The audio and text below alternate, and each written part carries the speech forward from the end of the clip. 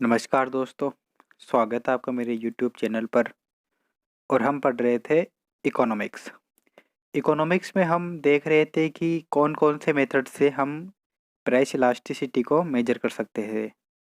जिसमें हमने percentage method पढ़ लिया, फिर उसके बाद पॉइंट मेथड पढ़ लिया, फिर आर्क इलास्टिसिटी मेथड पढ़ लिया और आज जो चौथा मेथड है, वो आज हम पढ़ेंगे।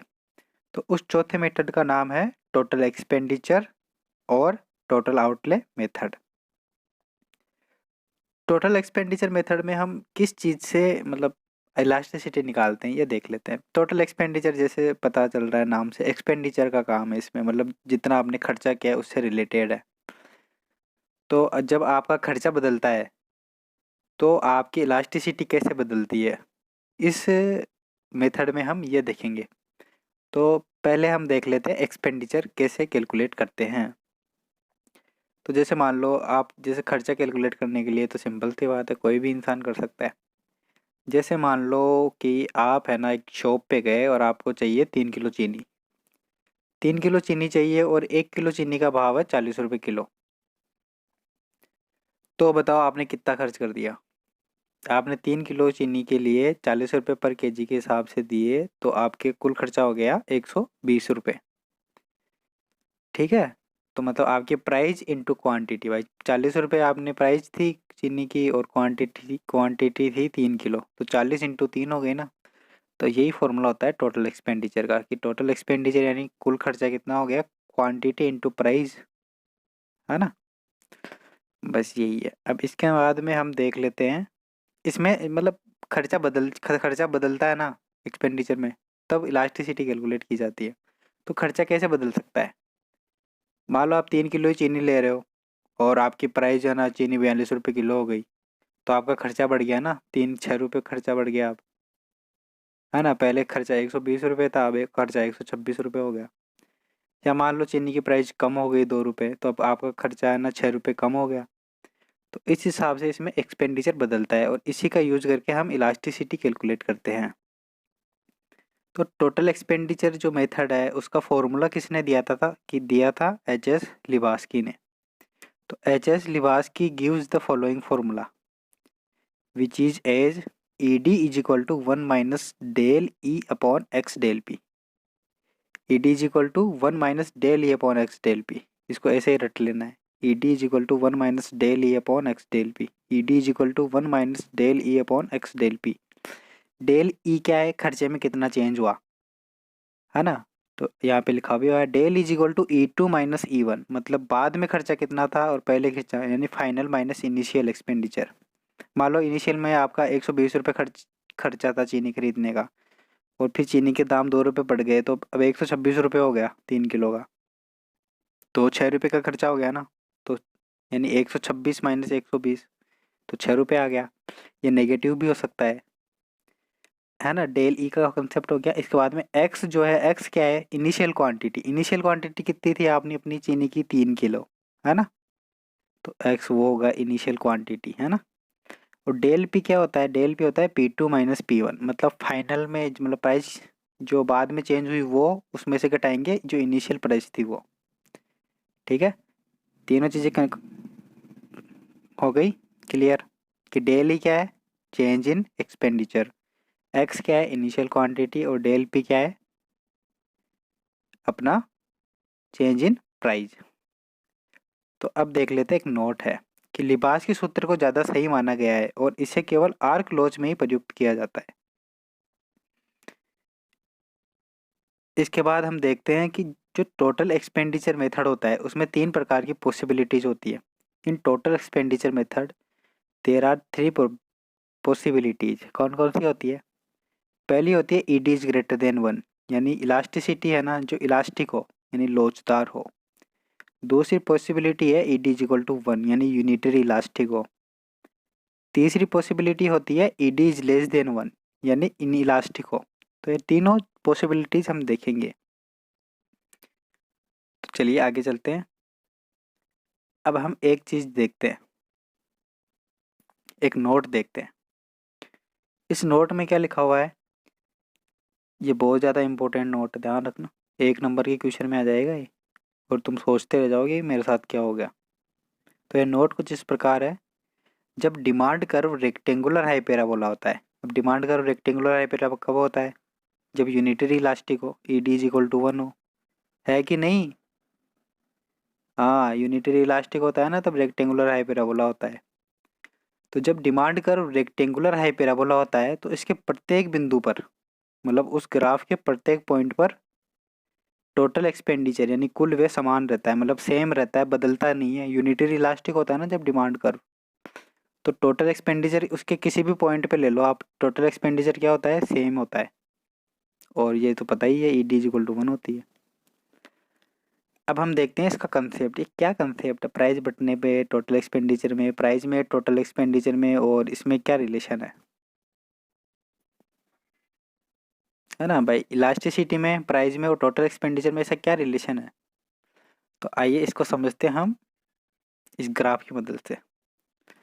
देखिए इसमें जो ग्राफ है, इसमें एक एसी है जो कि है डिमांड कर्व, और इस डिमांड कर्व के हमने तीनों पॉसिबिलिटीज ले ली। कौन कौन सी? E D is greater than 1, E D is equal to 1 और E D is less than 1। ये कैसे ली हमने पॉसिबिलिटीज? ये हमने ली पॉइंट मेथड से, और पॉइंट मेथड में हमने देखा भी था। अगर आप लीनियर इलास्टिक में जाओगे, लीनियर डिमांड कर्व में जाओगे ना, तो वहाँ पे यही चीज़ मिलेगी आपको। तो ऐसी एक डिमांड कर्व है जिसपे हमने तीन पॉसिबिलिटीज ले ली, E D is greater than 1, E D is equal to 1 और E D is less than 1।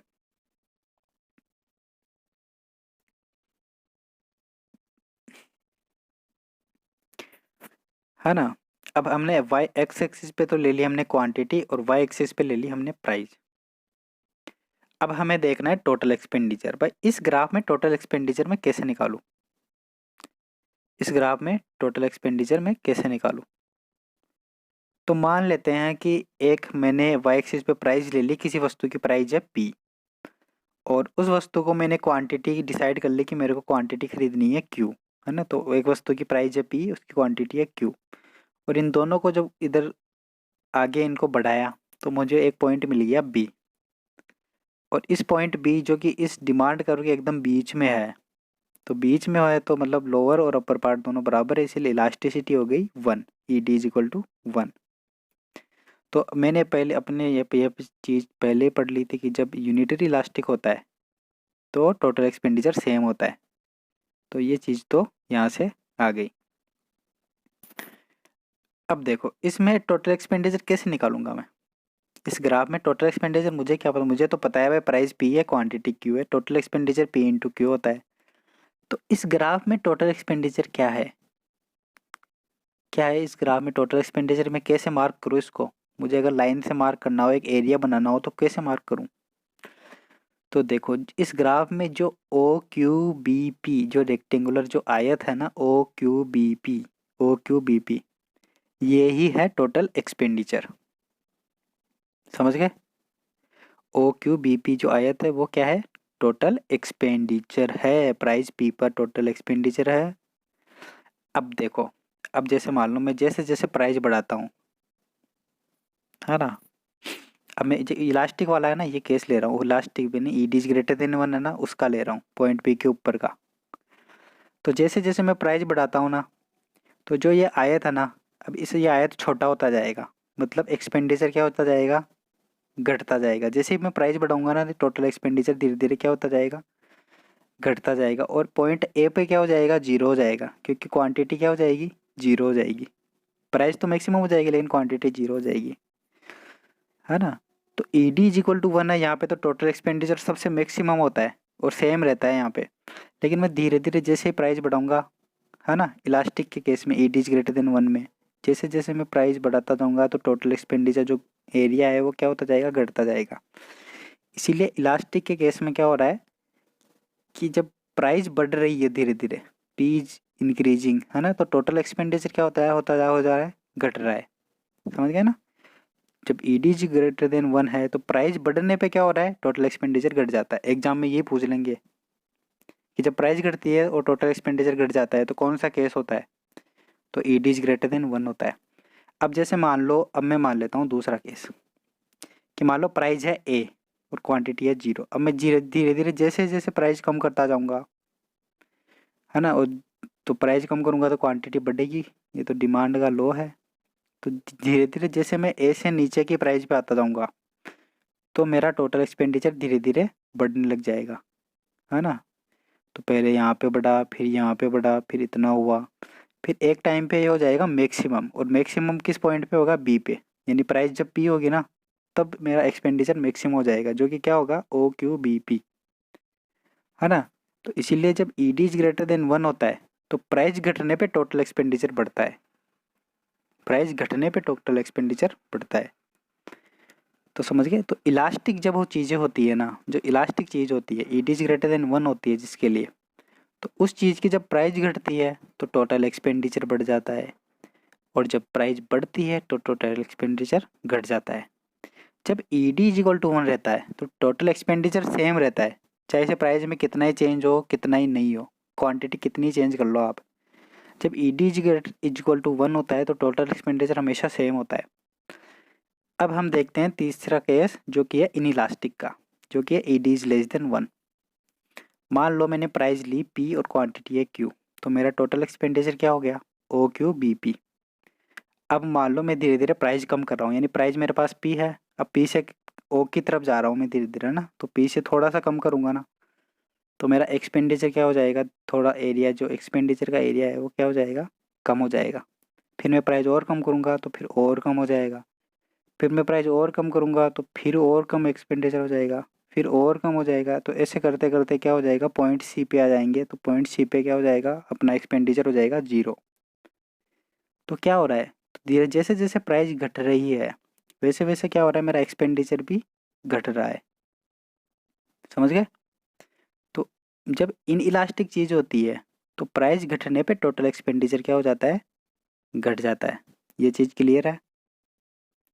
अब देखते हैं प्राइस बढ़ने पे टोटल एक्सपेंडिचर कैसे बढ़ रहा है। तो मान लेते हैं मैं प्राइस है ओ, है ना, ओ पे मान लो मेरी प्राइस है, तो मेरा टोटल एक्सपेंडिचर क्या होएगा? 0 आएगा। अब मान लो मैं धीरे धीरे प्राइस बढ़ा रहा हूँ, यानी ओ से पी की तरफ जाऊँगा मैं अब धीरे धीरे, तो मैं प्राइस थोड़ी सी बढ़ाई तो थोड़ा सा एक्सपेंडिचर मेरा बढ़ा, खर्चा बढ़ा, फिर मैंने थोड़ी प्राइस और बढ़ाई तो मेरा और बढ़ा, फिर मैंने थोड़ी सी और बढ़ाई तो मेरा एक्सपेंडिचर और बढ़ गया, है ना। फिर ऐसे करते ऐसे पी पे क्या हो जाएगा? मेरा एक्सपेंडिचर मैक्सिमम हो जाएगा। तो क्या हुआ कि प्राइस घटने पे क्या हो रहा है? टोटल एक्सपेंडिचर बढ़ रहा है। समझ गए? तो इन इलास्टिक केस होता है ना, जब E D is less than 1 होता है तो प्राइस बढ़ने पर क्या होता है? टोटल एक्सपेंडिचर बढ़ता है, और प्राइस घटने पे टोटल एक्सपेंडिचर घटता है। समझ गए? तो तीनों केस को अपन अब आराम से समझेंगे एक बार और फिर आप इसको देखना। देखो जब इलास्टिक चीज़ होती है ना, ई डी इज ग्रेटर देन 1, तो प्राइस घटने पे टोटल एक्सपेंडिचर हो जाता है, बढ़ जाता है, और प्राइस बढ़ने पे टोटल एक्सपेंडिचर हो जाता है कम, यानी घट जाता है। जब E D is equal to 1 होती है तो टोटल एक्सपेंडिचर हमेशा सेम ही होता है, चाहे से प्राइस कुछ भी हो, क्वांटिटी कुछ भी हो, है ना। और जब मेरे पास इन इलास्टिक होता है यानी ई डी इज लेस देन 1 होता है तो प्राइस घटने पे टोटल एक्सपेंडिचर घटता है, और प्राइस बढ़ने पे टोटल एक्सपेंडिचर बढ़ता है। तो इस चीज़ को रट्टा मार लेना बेटा, ये ग्राफ बहुत ज़्यादा इंपॉर्टेंट है, इसको याद कर लेना। ठीक है, कि प्राइस घटने पे टोटल एक्सपेंडिचर घट रहा है तो इलास्टिसिटी क्या होती है, प्राइस बढ़ने पे टोटल एक्सपेंडिचर बढ़ रहा है तो टोटल जो एक्सपेंडिचर है वो उसका क्या होता है, इलास्टिसिटी क्या होती है। तो ये चीज़ देख लेना आप। अब इसके बाद में हम देख लेते हैं इसका ग्राफ। तो जो इसका ग्राफ है वो कुछ इस प्रकार है। देखो point A B C D है,